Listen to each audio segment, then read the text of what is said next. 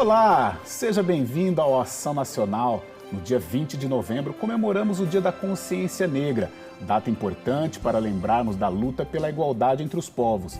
E hoje o programa vai abordar a história dos Santos Negros. E para falar sobre esse assunto, eu recebo o historiador e professor Rafael Tonon, que já é um convidado assíduo do nosso programa. É a primeira vez que eu entrevisto no Ação Nacional, mas Século News, em outras tribunas aqui da nossa rede Século XXI, você é uma figura muito querida e muito assídua.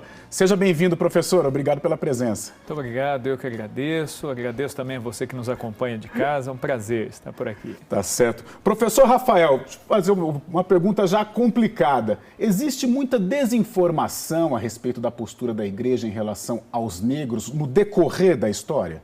Certamente, né? Eu acho que esse é um dos temas, talvez, mais desconhecidos e que geram muita polêmica justamente pelo desconhecimento. Em geral, né, as dúvidas, as polêmicas, elas nascem da falta de informação, da ignorância, às vezes não culposa, ou às vezes até culposa, até mal intencionada, visando, às vezes, denegrir ou diminuir o papel da igreja. Agora, nós temos que distinguir bem, né, entre aquilo que é uma posição oficial da igreja e aquilo que os filhos da igreja fizeram. Então, em algum momento da história, é óbvio que filhos da igreja, membros da igreja católica batizados, né, quando a gente fala de igreja católica, a gente pensa muito na instituição, no Papa, nos bispos, mas nós temos que nos lembrar que também nós leigos, né, que estamos no mundo, nós somos a igreja atuando no mundo. E, em alguns momentos, a gente vai conversar bastante disso hoje, alguns filhos da igreja, em especial na história do Brasil e de outras nações também, tiveram um posicionamento, uma ação muito infeliz no sentido de diminuir ou de desvalorizar ou até de instrumentalizar o papel do negro dentro da sociedade para que atendesse a interesses próprios, a interesses econômicos, a interesses que nada tem a ver com o anúncio da verdade cristã. Tá certo. Então vamos começar a falar de um santo, um santo negro. Quem é, professor? São Benedito.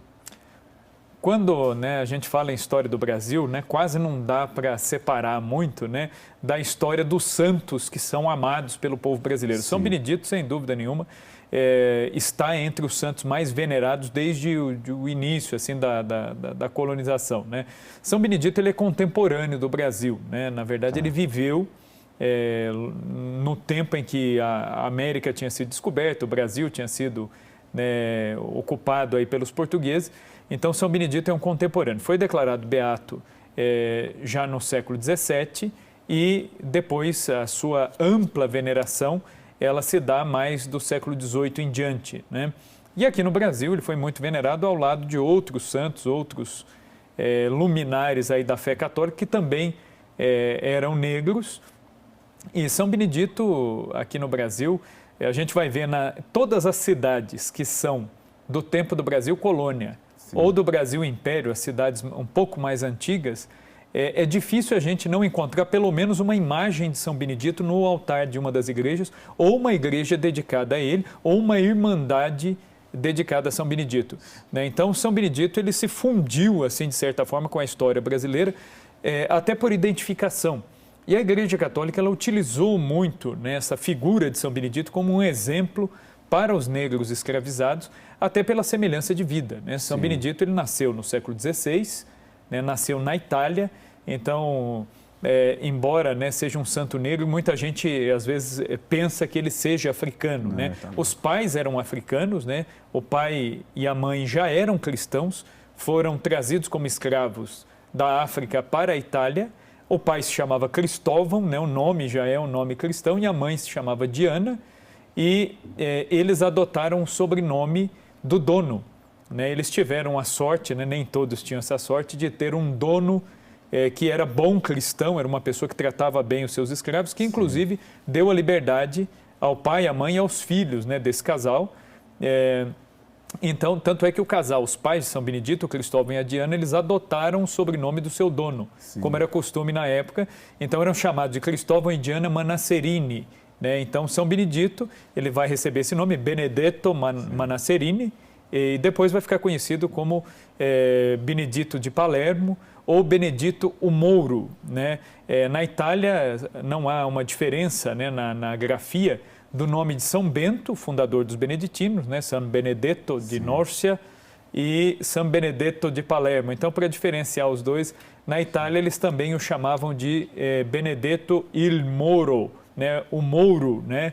O negro, né? Como uma referência aos mouros, aos muçulmanos africanos, que viviam sobretudo no norte ali da África. Então, São Benedito nasce nesse contexto da cidade de Palermo, na Itália, no século XVI, a época do Renascimento. Embora ele nasceu na condição de escravo, mas foi liberto ainda criança.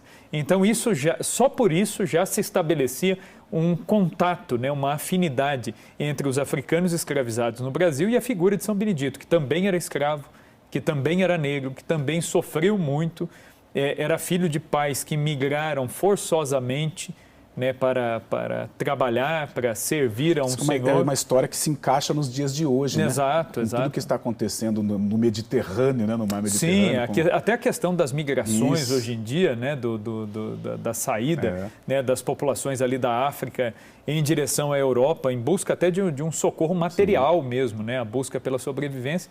Só que o fato de São Benedito ter sido liberto ainda criança não tornou a vida dele mais fácil. Ele teve uma infância muito dura, trabalhou desde cedo, desde criança, e é interessante que ele manifesta uma vocação, uma afinidade para as coisas de Deus, as coisas de igreja desde cedo, só que ele mesmo, olhando para a sua própria condição, ele pensava que servir como um monge, como um frade, seria algo muito distante, algo impossível. Ele, pobre, analfabeto, ex-escravo na Itália, numa Itália em guerras constantes na época do Renascimento, é uma Itália fragmentada no século XVI. A Itália não era um país, a Itália era uma coxa de retalhos, com cada região, uma independente da outra. Então, era uma situação bastante confusa politicamente, economicamente, a miséria, a fome, a peste.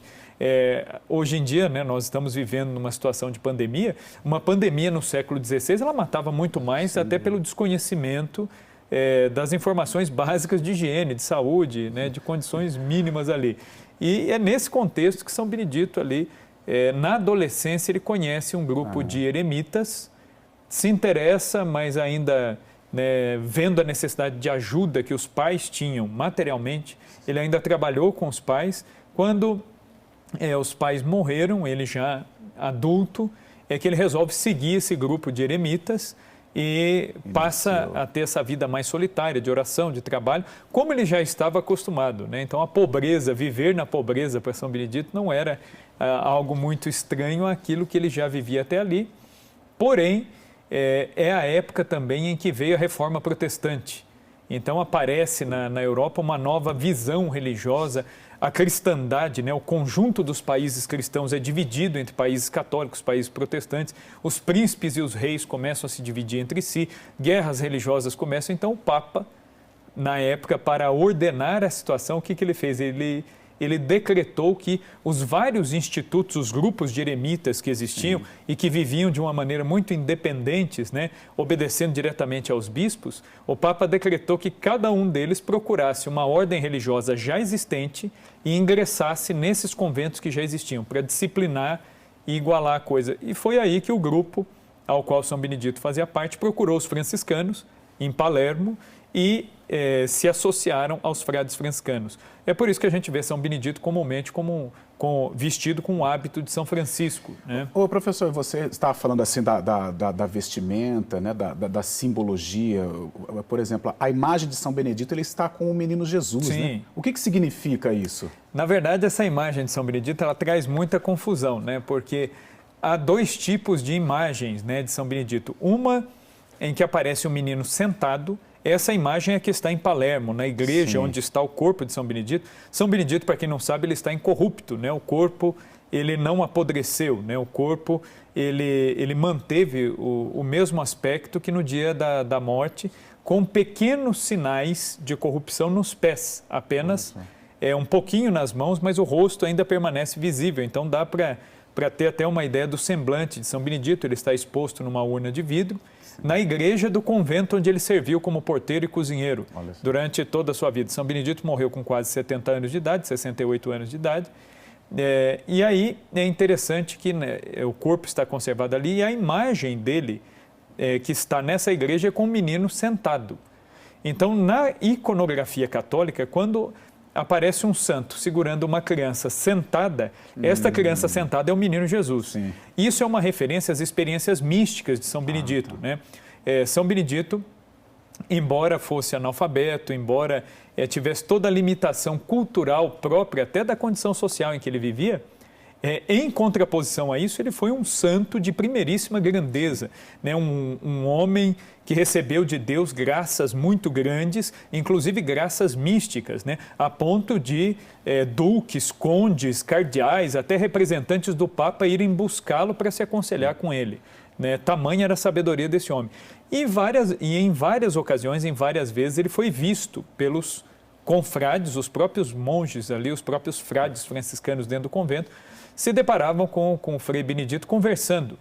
E quando, às vezes, iam espiar para ver, mas quem poderia estar dentro do convento, dentro da clausura, e mais de uma vez se depararam com São Benedito segurando uma criança sentada no colo dele, e entenderam que se tratava de Jesus, que aparecia como um menino, a ponto de São Benedito poder tomá-lo nos braços, como Santo Antônio, né? Então, o menino sentado no colo de São Benedito é o menino Jesus. Mas na iconografia brasileira, né, a imaginaria portuguesa e espanhola, é mais comum representar São Benedito com um menino deitado. Aí não é o menino Jesus.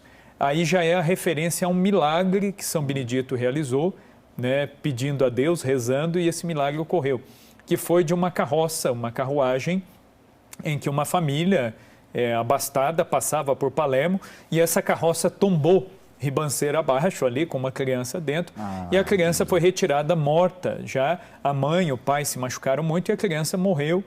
E diante do desespero da mãe, relataram a mãe que falou: olha, nós estamos aqui em Palermo, tem o Frei Benedito, as pessoas recorrem a ele e pedem para que ele reze e peça as coisas a Deus e geralmente Deus ouve, né, aquilo que o Frei Benedito pede. E essa mulher vai até a portaria do convento e leva o seu filho, apresenta o seu filho. São Benedito toma a criança. Sim. Ele toma a criança, conversa com a criança um pouco e depois devolve a mãe e diz assim: ele quer mamar, né? Mas a criança, que até então chegou morta. E aí eles não entenderam nada daquilo, falou: como quer mamar, né? A criança está morta.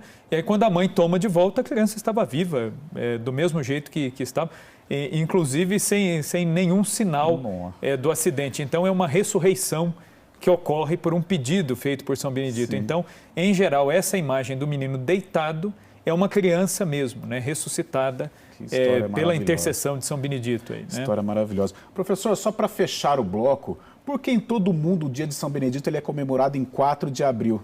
E aqui no Brasil a comemoração ocorre 5 de outubro. Por que existe essa diferença? Aqui no Brasil, os bispos do Brasil, né, sensíveis a essa realidade histórica, muitas vezes negligenciada do papel do negro na história do Brasil, a CNBB quis fazer uma referência, uma homenagem e uma justiça histórica à contribuição que os negros deram à nossa cultura. Sim.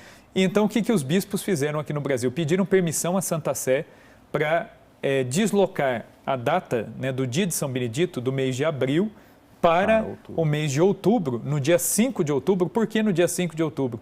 Porque fica uma data mais próxima do dia de Nossa Senhora do Rosário, que é a padroeira dos negros, dos escravos. Sim. Então, foi uma intenção dos bispos de associar essas duas grandes devoções dos escravos aqui no Brasil, Nossa Senhora do Rosário e São Benedito. Nossa, e outubro fica um mês importante, né? Sim, Nossa Senhora Aparecida, Nossa Senhora do Rosário e São Benedito. Sim, se a gente for olhar aqui no Brasil, né, a antiga Basílica de Nossa Senhora Aparecida, né, ela está tão associada à devoção a São Benedito que há 2 anos atrás os missionários redentoristas que cuidam da paróquia lá em Aparecida alteraram o nome da Basílica Velha para Paróquia de Nossa Senhora da Conceição Aparecida e São Benedito.